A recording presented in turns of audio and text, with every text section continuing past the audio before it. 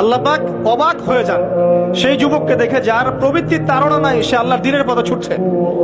এই যুবককে দেখে আল্লাহ পাক অবাক হয়ে যান এবং তার দোয়া যেভাবে কবুল হবে, একজন মানুষ যার পা কবরে অলরেডি চলে গেছে তার দোয়া কি সেভাবে কবুল হবে? দুজনের ইবাদত সমান। এই বয়সে আপনি অনেক কিছু করতে পারেন। আপনি চাইলে এখন বড় সন্ত্রাসী হতে পারবেন, বড় জেনাকারী হতে পারবেন, আপনি চাইলে টিকটক সেলিব্রিটি হতে পারবেন, আপনি চাইলে এখন আরো খারাপ লাইনে যে মাদক সেবন করতে পারবেন, 30-40টা গার্লফ্রেন্ড চেঞ্জ করতে পারবেন, আপনাকে কেউ বাধা দিবে না। আপনি চাইলে 1-2 হাজার টাকা দিয়ে জেনা করতে পারবেন, উন্মুক্ত সব আপনার জন্য।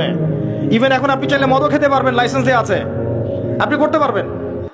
এই সময়টা আল্লাহ পাক দেখতে চান আপনি কি করেন। এই সময়টা আপনি আল্লাহর দিকে ফিরে আসেন, আপনি কোরআনের দিকে ফিরে আসেন, সুন্নত অনুযায়ী জীবন যাপন করেন। আপনার জন্য অপেক্ষা করছে জান্নাত।